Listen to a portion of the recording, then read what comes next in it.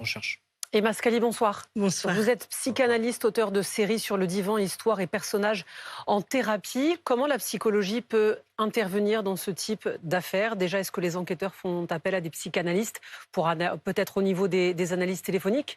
Des psychanalystes, je ne pense pas, peut-être des psychiatres et des psychologues qui vont potentiellement essayer d'analyser éventuellement les liens de ce qui se serait dit dans ces échanges téléphoniques.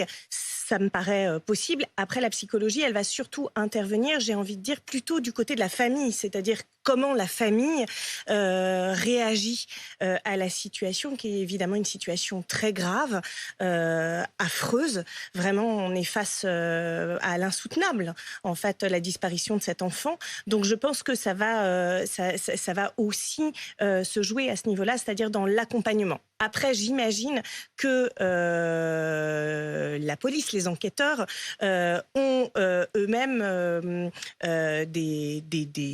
dans leur analyse, en fait, des possibilités de voir comment les gens se comportent. Et puis, dans tous ces éléments qui ont été recueillis, puisqu'ils vont tout passer au crible, eh bien, évidemment, s'il y a des choses qui sont suspectes, eh bien, ça va être pris en considération, bien sûr. Mais c'est important justement pour la famille de voir cette mobilisation judiciaire pour élucider l'affaire de manière psychologique. Ça va compter? Ah oui, je pense que c'est énorme parce que face à cette situation qui est vraiment insoutenable, la disparition d'un enfant, l'incapacité à pouvoir se projeter dans quoi que ce soit, il y a évidemment une incapacité à pouvoir entrer dans une forme de deuil et j'ai envie de dire tant mieux, mais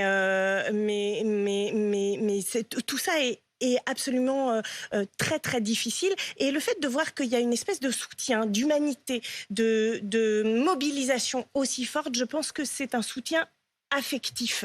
Après, il y a aussi le poids de ce que ça représente. C'est-à-dire que, eh bien, voilà, on en parle ici ce soir. Je pense que pour la famille, ça, c'est pas évident, parce que cette prise en charge crée aussi une pression d'ordre médiatique, bien sûr, et qui rend les choses évidemment complexes sur la façon dont c'est vécu à l'intérieur de soi. Mais pour ça, il y a évidemment, je pense, une cellule psychologique qui est mise en place. Et donc, la famille est accompagnée, en fait, dans ce mouvement-là. Mais c'est très complexe parce qu'il y a aussi toute la culpabilité face à la situation de ce qui est arrivé. Et autre aspect important de l'ouverture de cette information judiciaire et de ce qu'elle permet comparé à l'enquête préliminaire, c'est l'accès au dossier. Ça rejoint un petit peu ce qui va être dit, ce qui vient d'être dit, pardon. La famille, les proches vont pouvoir demander à se constituer partie civile. Et si ça leur est accordé, ils vont pouvoir ensuite, dans un second temps, faire une demande d'accès au dossier. Alors, c'est pas automatique, c'est soumis bien sûr à autorisation, mais l'accès au dossier pour les parties civiles et pour les familles, c'est déjà un moyen de comprendre un petit peu mieux ce qui s'est passé, de voir ce qui a pu rentrer en procédure et dans le cadre de ce dossier, de se faire déjà un avis sur l'enquête qui est en cours, et peut-être aussi de voir que des investigations se concentrent sur eux-mêmes, c'est-à-dire des investigations qui sont en train de se concentrer sur la famille, alors que c'est la famille qui, elle aussi, est partie civile. Mais c'est assez classique dans ce genre d'affaires, et l'accès au dossier d'un point de vue psychologique, c'est aussi un événement important. Oui, je pense que vous avez raison là-dessus, c'est-à-dire que parce que là, ils sont dépossédés de tout contrôle, et ça c'est affreux face à une situation de cette envergure-là.